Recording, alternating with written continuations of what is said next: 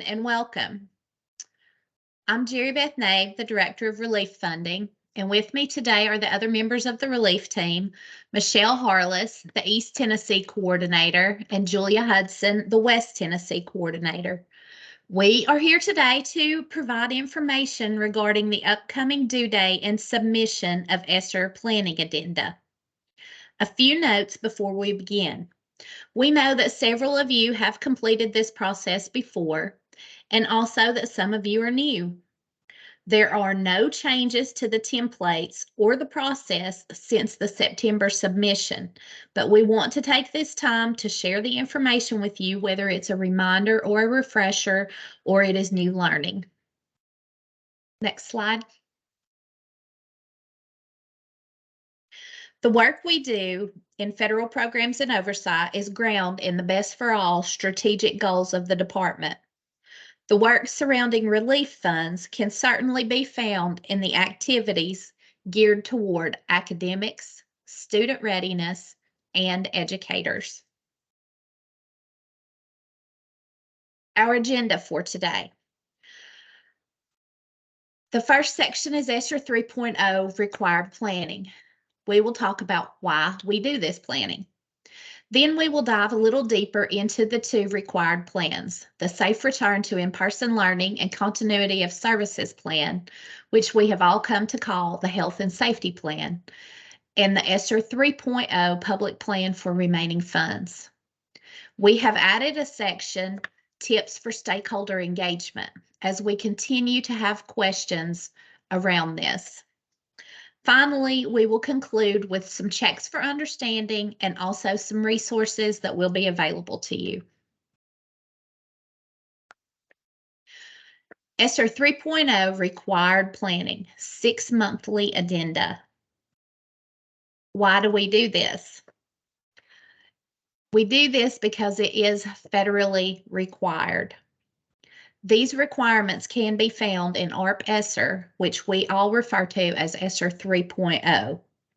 According to this law, an update is due every 6 months through September 30th, 2023.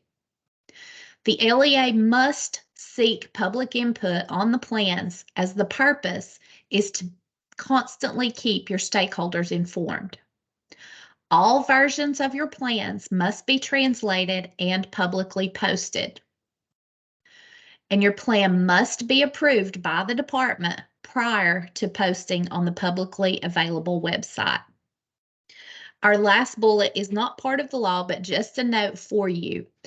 While your plans are in the approval process with the department, if there is a need for any change or corrections to your planning documents, you will be contacted by your relief funding consultant.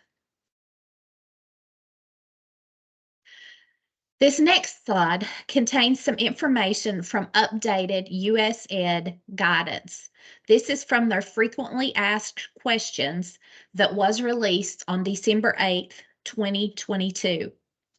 It answers the question, are LEAs required to periodically review their ARP ESSER Safe Return to In-Person Instruction and Continuity of Services plans? The answer is highlighted in yellow at the end. If, after conducting the review and taking into account public input, the LEA may determine that no revisions are necessary. As with all decisions related to ESSER funds, an LEA should be transparent and communicate to the public its determination that revisions are not necessary. Please note there that it does say, after conducting the review and taking into account public input. And also note that this particular guidance in this question pertains only to the Safe Return to In-Person Instruction and Continuity of Services plan. Now I am going to turn it over to Julia, who will talk more in depth about that particular plan. Thank you and good morning. We're going to spend a few minutes talking about requirements for the Safe Return to In-Person Learning and Continuity of Services plan, which at this point, I think we all refer to as the health and safety plan. The updates for these planning documents are going to be due September 15th and March 1st, and that applies to both planning addenda. The templates, as Jerry Beth mentioned, are the same as we used in September of 2022, and those are in the LEA document library and also in TDOE resources. You will also upload your plans, your files, to the same place in ePlan as your previous planning addenda. So that will be in the LEA document library as well. One thing we would like to note, and we would request the LEAs do, when you are naming your file and uploading it to ePlan, we would recommend that you include the month and the year. So for example, Nave County Health and Safety Addendum, February 2023. So this will help your relief coordinator to be able to easily find that updated planning addenda and speed up the review process for you all. So thinking about the required information, the requirements are basically the same as what we have done for the previous addenda. The LEAs will describe how you have continued to engage in meaningful consultation with your stakeholders as you develop and revise these plans. So that can be things like discussing this with your parent advisory committees, PTO meetings, maybe at board meetings, or doing surveys, which a lot of LEAs have done, your parent-teacher conferences, any opportunity you have to get in front of those stakeholders and engage in that meaningful consultation and get feedback is a great opportunity to show how you're engaging them. You also must describe how you've engaged your health department in the revision of your plan. So how are you keeping up to date with what's going on? We know since the pandemic started several years ago at this point that a lot of things have changed and things are still changing. Recommendations are changing. There's a lot of updates always coming out. And so we want to make sure that we are keeping up to date with the most current information. So that could mean things like meeting with your health department officials. It could be phone calls or in-person meetings, virtual meetings, perhaps having liaison from your LEA. That could be coordinated school health, school nursing supervisor who discusses these things with your health officials, or using other resources like your Tennessee Department of Health. One thing I want to note is that when we talk about engagement with your health department, this is more than just providing COVID numbers to your health department. We're really looking for that meaningful consultation. LEAs will also need to provide to the extent which you have updated any adopted policies and describe those policies on each of the health and safety strategies. So in the addendum, under section 3, it really lays out the various policies around things like masking or social distancing, those types of things. So we do ask that you answer all the questions and that these are not necessarily board adopted policies, but really what are your strategies, what are the procedures and the things that you have in place in the LEA to keep your students and staff safe. Then finally, you will provide a description as to how you're ensuring the continuity of services. And that includes things not just to meet their academic needs, but other needs of your student and staff, whether it be social, emotional, their mental health, food services. What are you doing to provide for that? So that could be things like hiring more mental health counselors or social workers, EAP services for your staff, devices, hotspots, anything like that that helps us to see how you're ensuring that continuity of learning. We've covered this already when we talk about engaging with your health department.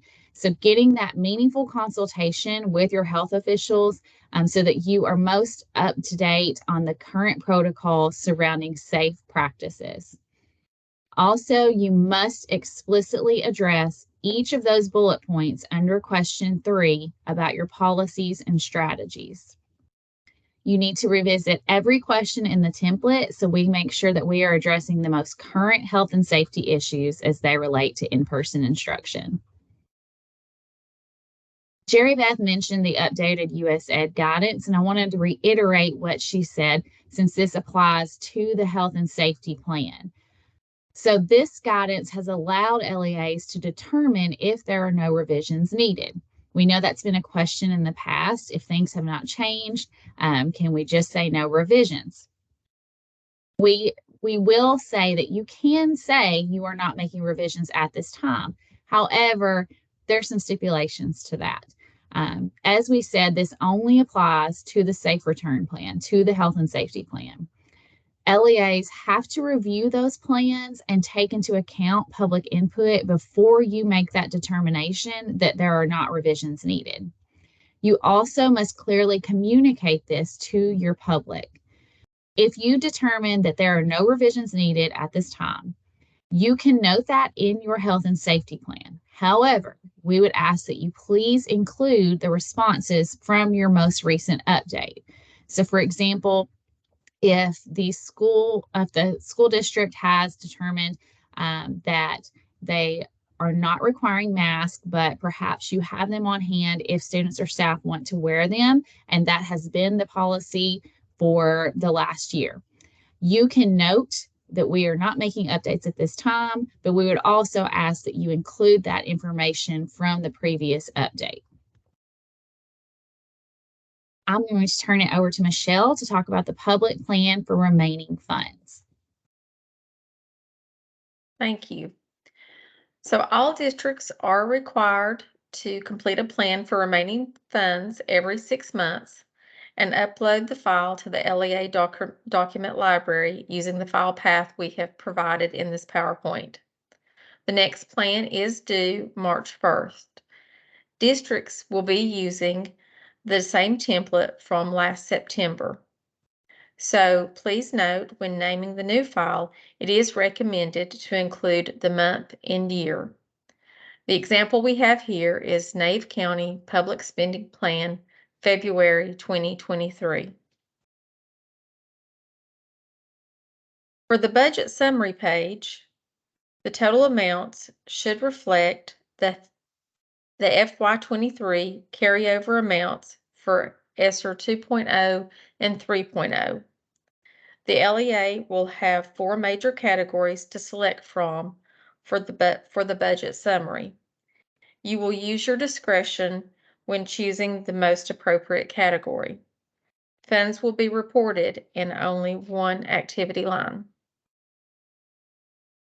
For the narrative questions, please make sure all questions are completed. If the LEA placed amounts in the other section for the 4 broad categories, include a list of brief descriptions of those activities. The LEA will need to show how they continue to engage with stakeholders in revising the plan. So you will want to include multiple modes of engagement. Jerry Beth will share some best practices for family engagement in a few minutes. But some brief examples include surveys, town hall meetings, and virtual committee meetings. The LEA will want to give some thought and include all applicable groups in crafting the plan. This includes your teachers, parents, board members, students, and other community stakeholders. Also, the number of stakeholders involved should represent the composition of students.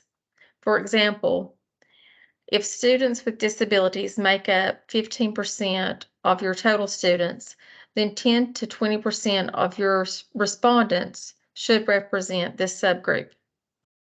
Lastly, the stakeholder engagement should happen prior to the revision of the plan.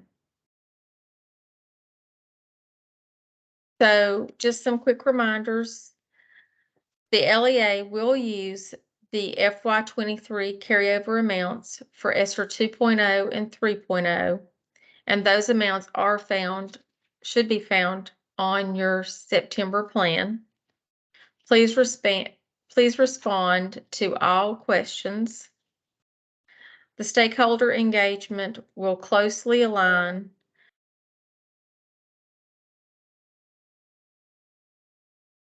to the health and safety plan.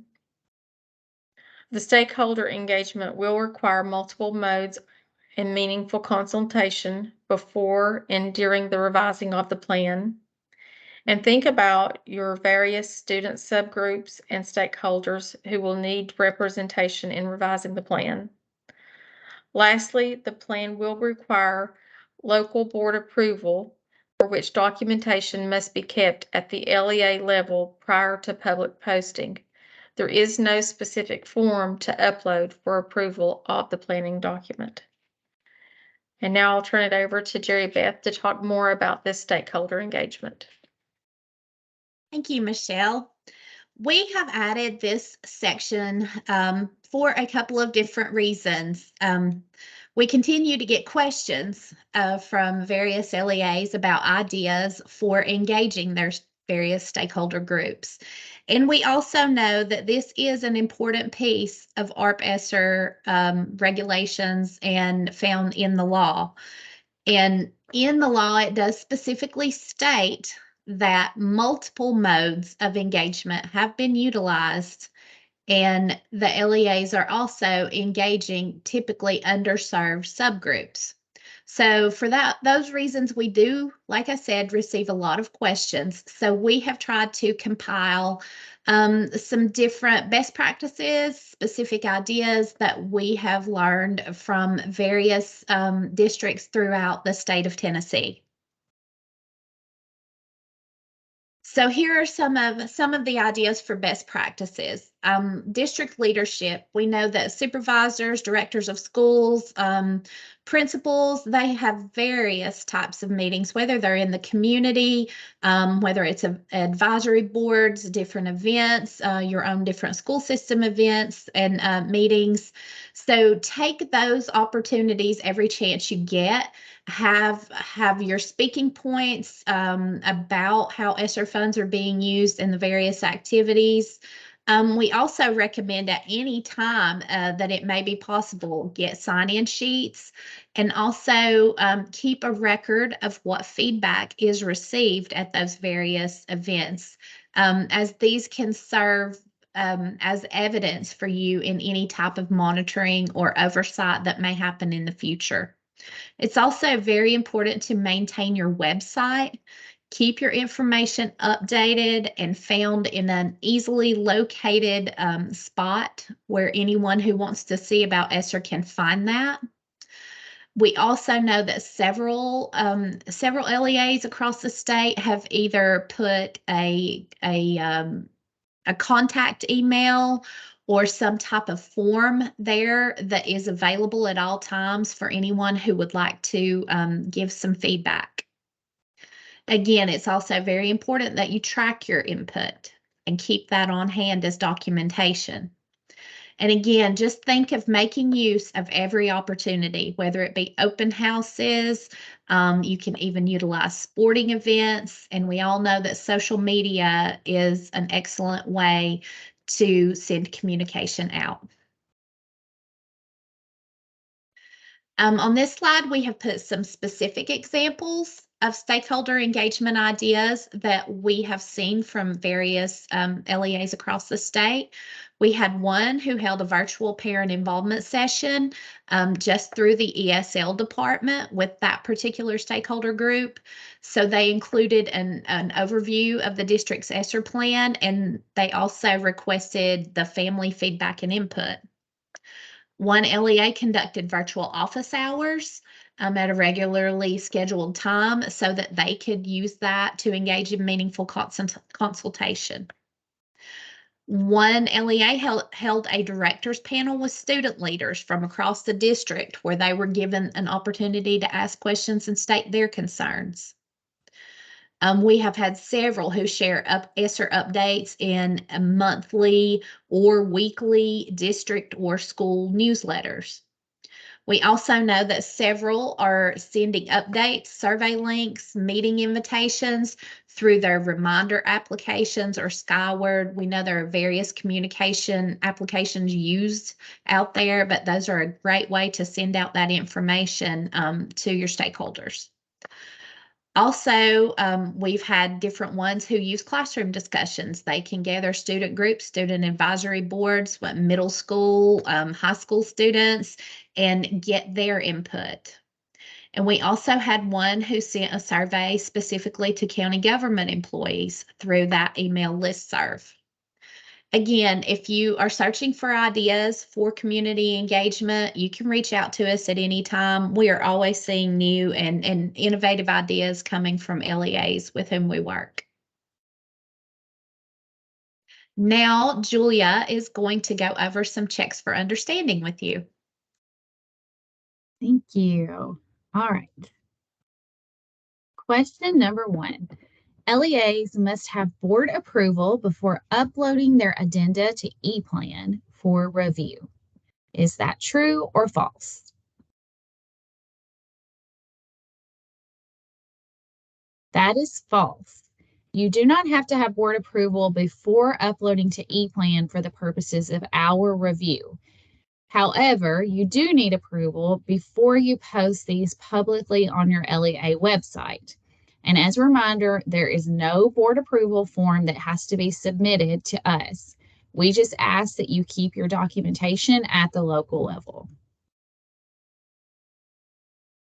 LEAs can simply write no revisions in their health and safety plan. True or false?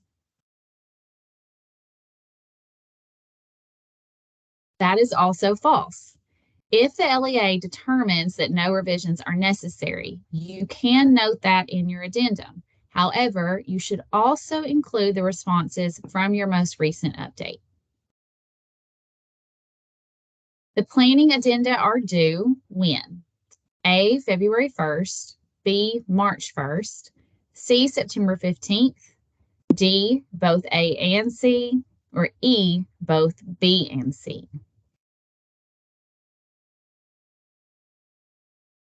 The answer is E, both B and C. They are due March 1st and September 15th. The last update for planning addenda is March 1st, 2023. Is that true or false? That is also false. There is one more round of updates that will be due September 15th. Finally, planning addenda must be translated into the following language or languages: A, Spanish, B, French, C, Arabic, or D, any language that applies to your LEA. That is D. These need to be translated in languages that apply to your specific LEA. I'm going to send it back to Michelle to go over a few resources before we wrap up. All right, so we have a couple of resources available to you. You can find these resources in ePlan through the file path we have listed here. Also, we have our ESSER webpage, and the link is available. And we will start back with our weekly meetings, office hours, on January the 25th, and those will be at 9 o'clock Central Time, 10 o'clock Eastern Time, and the link is available in the PowerPoint as well. Also, we have our divisional coordinator map, and you can see the districts that we serve. So we are available to serve you anytime that you have questions or concerns. Please feel free to reach out to us.